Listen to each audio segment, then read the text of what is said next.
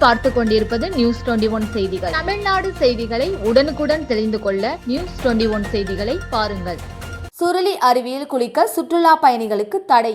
மேலும் அருவிக்கு வர வேண்டாம் என வனத்துறையினர் எச்சரிக்கை. தேனி மாவட்டம் கம்பம் அருகே உள்ள சுருளி அருவி சிறந்த சுற்றுலா தலமாகவும் ஆன்மீக தலமாகவும் விளங்கி வருகிறது.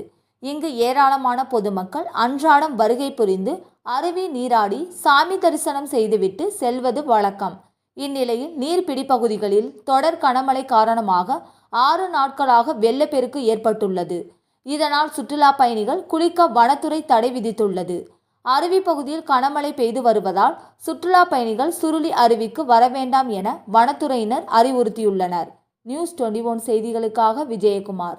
ராணிப்பேட்டை மாவட்டம் ஆற்காடு பேருந்து நிலையத்தில் மாதந்தோறும் பௌர்ணமி அன்று அன்னதானம் வழங்கி வரும் Sri Jothilingeswarar சிவனடியா Seva public charitable trust பல்வேறு ஆன்மீக பணிகள், பள்ளி மாணவ மாணவிகளுக்கு உதவி செய்தல், மரம் நடுதல், இரத்த தான முகாம் நடத்துதல், மருத்துவ முகாம் நடத்துதல், துப்புரவு பணியாளர்களுக்கு நலத்திட்ட உதவிகள் வழங்குதல் போன்ற எண்ணற்ற பொது சேவை பணிகளை செய்து வருகின்றனர். இதில் உதவி செய்ய விருப்பமுள்ளவர்கள் தொடர்பு கொள்ளவும். நிறுவன தலைவர் ஜெய் மாருதி சரவணன், எண் 3, ராஜ முதலியார் தெரு, ஆற்காடு, ராணிப்பேட்டை மாவட்டம்.